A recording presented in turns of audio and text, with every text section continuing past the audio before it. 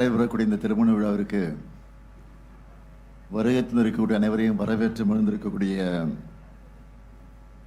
துணை முதலமைச்சர் தம்பி உதயநிதி அவர்களை, வாழ்த்துறை வழங்கியிருக்கக்கூடிய முதன்மை செயலாளர் மாண்புமிகு அமைச்சர் கே நேரு அவர்களை, இங்கே எனக்கு முன்னால் நன்றி உரையாற்றி இருக்கக்கூடிய மாண்புமிகு அமைச்சர் தம்பி அன்பில் மகேஷ் பொய்யாமொழி அவர்களை,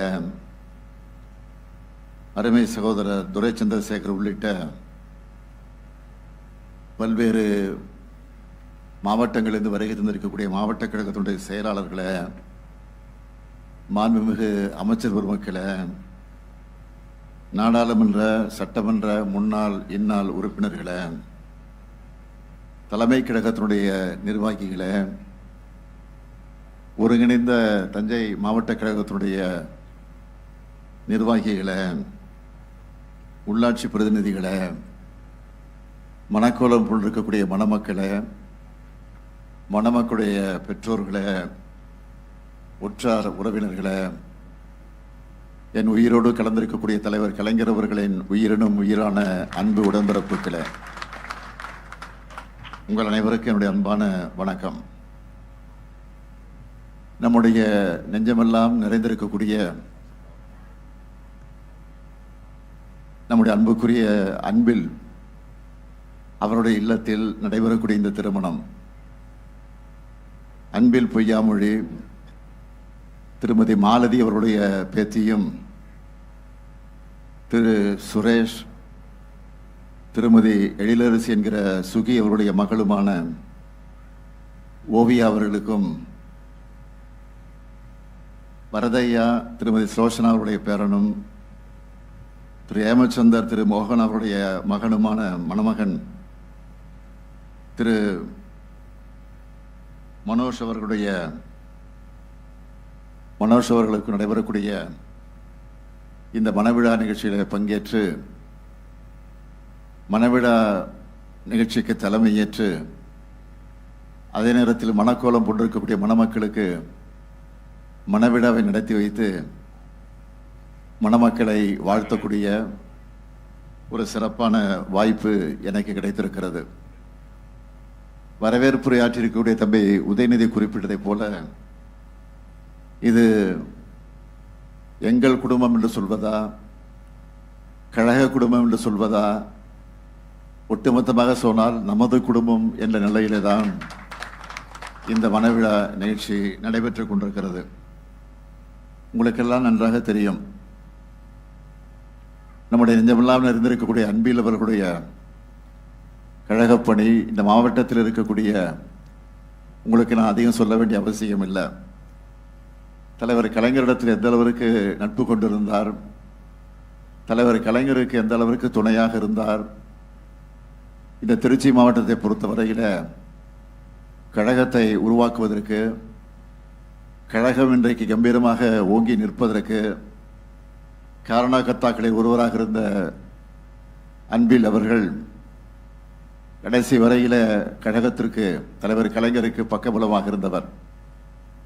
அதைத் தொடர்ந்து அவருடைய திருமகன், என்னுடைய ஆரோக்கிய நண்பன் அன்பில் பொய்யாமொழி அவர்கள், அவர் எனக்கு எந்த அளவுக்கு பக்கபலமாக இருந்தார் என்பது உங்களுக்கும் தெரியும்.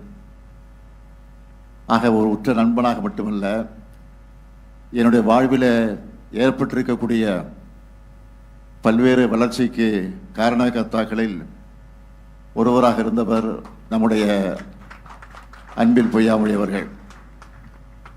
ஆகவே அப்படி தொடர்ந்தது அந்த உறவு. அதற்கு பின்னால் இங்கே வரவேற்பு ஆற்றிய தம்பி உதயநிதி குறிப்பிட்டதைப் போல, இன்றைக்கு அமைச்சராக பொறுப்பேற்றிருக்கக்கூடிய மகேஷ் பொய்யாமொழி அவர்கள் இன்றைக்கு எங்களுடைய குடும்பத்தில், குறிப்பாக உதயநிதி இடத்தில் எந்த அளவுக்கு நட்போடு பழகி அவர் இன்றைக்கு வளர்ந்து சட்டமன்ற உறுப்பினராக பொறுப்பேற்று, அமைச்சராகவும் பொறுப்பேற்று, பள்ளிக்கல்வித்துறை அமைச்சராக பொறுப்பேற்று, ஒரு பள்ளிக்கல்வித்துறை அமைச்சர் எப்படி பணியாற்ற வேண்டும் என்பதற்கு எடுத்துக்காட்டாக விளங்கிக் கொண்டிருக்கக்கூடியவர் தான் நம்முடைய அன்பில் மகேஷ் பொய்யாமொழி அவர்கள் சட்டமன்றத்தில் உரையாற்றினாலும் சரி, பல்வேறு நிகழ்ச்சிகளில் கலந்து கொண்டு உரையாற்றினாலும் சரி, எந்த புள்ளி பொருளையும் கையிலே வைத்துக் கொள்ளாமல் எதையும் படபடவென்று கம்ப்யூட்டரை போல பேசக்கூடிய ஆற்றலை பெற்றவர் நம்முடைய அன்பில் மகேஷ் பொய்யாமொழி அவர்கள். அவரை பார்த்து எல்லோரும் பாராட்டுகிற போது அவருடைய தந்தை என்னுடைய அருமை நண்பர் பொய்யாமொழி எந்த அளவுக்கு சந்தோஷப்படுவாரோ அதை விட அதிகமாக நான் சந்தோஷப்பட்டிருக்கிறேன், இப்பொழுது சந்தோஷப்பட்டுக் கொண்டிருக்கிறேன். இது இப்படி தொடர்ந்து இன்னும் அது அன்பிலோடு முடியல, தலைவர் கலைஞரோடு முடியல, என்னோடு முடியல, நம்முடைய அன்பில் பொய்யாமொழியோட முடியாது. அதே போல் நம்முடைய உதயநிதி மகேஷோட முடிய போவதில்லை. உதயநிதியுடைய மகன் இன்பனாக இருந்தாலும் சரி, மகேஷுடைய மகன் இனியனாக இருந்தாலும் சரி, அவருடைய நட்பும் இன்றைக்கு தொடர்ந்து கொண்டிருக்கிறது. ஆக வாழையடி வாழையாக இந்த நட்பு தொடர்ந்து கொண்டிருக்கிறது என்பது உங்களுக்கெல்லாம் நன்றாக தெரியும். இந்த மணவிழா நிகழ்ச்சிக்கு எந்த சூழ்நிலை நான் வந்திருக்கேன் என்பது உங்களுக்கும் தெரியும். நேற்று இரவு வரை கூட்டணி கட்சியோடு பேசி ஒரு ஒப்பந்தத்தை முடித்துவிட்டுத்தான், அது வெற்றிகரமாக முடித்துவிட்டுத்தான், எல்லோரும் பாராட்டக்கூடிய வகையை முடித்துவிட்டுத்தான் இன்றைக்கு நீங்கள் எல்லாம் வாட்ஸ்அப்பில் சோசியல் மீடியாவெல்லாம் பார்த்துருக்கலாம். அந்த ஒப்பந்தத்தை முடித்துவிட்டு காரில் ஏறுகிற போது கையை எடுத்துட்டு அவருடைய சொல்லி அந்த ஆக்ஷனோடு நான் ஏறிய காட்சியை பார்த்துருப்பீங்க. அதை நான் திட்டமிட்டு செஞ்சதில்லை. ஏதோ காரில் ஏற வருகிற போது அங்கே எதிரில் நின்று கொண்டு இருக்கக்கூடிய பத்திரிகை நம்பலாம் பார்த்து என்ன முடிஞ்சிச்சான்னு கேட்டாங்க. முடிஞ்சிருச்சுன்னு சொன்னேன், அவ்வளோதான். அது இன்றைக்கு ஒரே வைரலாகி எல்லாம் முடிஞ்சிச்சு, ஆல் ஃபினிஷ் அப்படின்னு சொல்கிற மாதிரி இன்றைக்கு அந்த காட்சிகள் எல்லாம் வெளியாகி கொண்டிருக்கிறது. அதையெல்லாம் நீங்கள் பார்த்திருப்பீர்கள். ஆகவே அந்த மகிழ்ச்சியோடு தான் வந்திருக்கிறேன். அது மட்டும் இல்லை, இந்த திருமணத்தை முடித்துவிட்டு ராஜ்யசபாவுக்கு வேட்பாளராக நாம் 2 பேர் அறிவித்திருக்கிறோம். கூட்டணி கட்சிக்கு 2 பேருக்கு கொடுத்துருக்கிறோம், 2 இடங்களை கொடுத்துருக்கிறோம். அந்த 4 பேரும் சரியாக 12 மணி அளவில் சென்னையில் வேட்புமனு தாக்கல் செய்ய இருக்கிறார்கள். இன்று தான் கடைசி நாள். நான் வந்தே தீர வேண்டும் என்று அவர் கட்டளையிட்டிருக்கிறார்கள். நாம் வழக்கமாக செல்வது உண்டு. ஆக இதை முடிச்சுட்டு உடனடியாக நான் செல்ல வேண்டிய சூழ்நிலை இருக்கிற காரணத்தினால்தான் வேகமாக வந்து வேகமாக திருமணத்தை முடித்து வைத்துவிட்டு நான் செல்லவிருக்கிறேன். ஆகவே நான் நேரத்தை அன்போடு கேட்டுக்கொள்ள விரும்புவது, இந்த திருமணம் நீங்கள் கூட நம்முடைய தம்பி உதயநிதி பேசுகிறவர் சொன்னார், இது காதல் திருமணம் என்பது என்று நானும் கேள்விப்பட்டேன். அது மட்டும் இல்லை, இந்த திருமணத்தை நடத்துவதற்கு பெண்ணினுடைய தாயார் சுகி என்கிற எழிலரசி ஒத்துக்கொள்ளவே இல்லையா கடைசி வரைக்கும். அதுவும் நான் கேள்விப்பட்டேன். கடைசி வரைக்கும் ஒத்துக்கல. ரொம்ப பிடிவாதக்காராக இருக்கக்கூடியவர் சுகி அவர்கள் எனக்கு நன்றாக தெரியும். அவங்க வீட்டில் ரொம்ப பிடிவாத யாருன்னு கேட்டிங்கன்னா சுகியை தான் சொல்ல முடியும். ஏற்கனவே அவருடைய தம்பி சின்ன உதயா என்று சொல்லக்கூடிய உதயன், அவருக்கும் காதல் திருமணம் தான், அதுக்கும் ஒத்துக்கொள்ளலை. ஆனால் இதுக்கும் ஒத்துக்கொள்ளலை. கடைசியாக ஒத்துக்கொள்ளலைன்னு சொன்னாலும் நாங்களெல்லாம் சொன்னால் கேட்டுக்கொள்வார்கள். செந்தாமரை எப்படி பெண்ணாக இருக்கிறாரோ அதே போல் சுகி என்கிற இளவரசி எனக்கு ஒரு பெண்ணாக இருந்து கொண்டிருக்கக்கூடியவர்.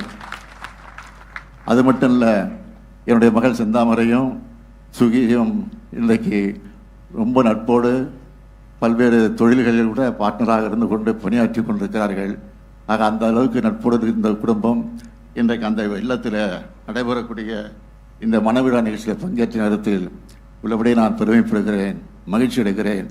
ஆகவே பொய்யாமொழி இருந்து இந்த விழாவை நடத்துகிற போது இந்த அளவுக்கு மகிழ்ச்சி அடைவாரோ அதை விட பன்மடங்கு மகிழ்ச்சியை நான் அடைந்து கொண்டிருக்கிறேன் என்பதை மாத்திரம் எடுத்து சொல்லி, மணக்கோலம் கொண்டிருக்கக்கூடிய மணமக்கள் பல்லாண்டு காலம் எல்லா நன்மையும் பெற்று சிறப்போடு வாழ வேண்டும்.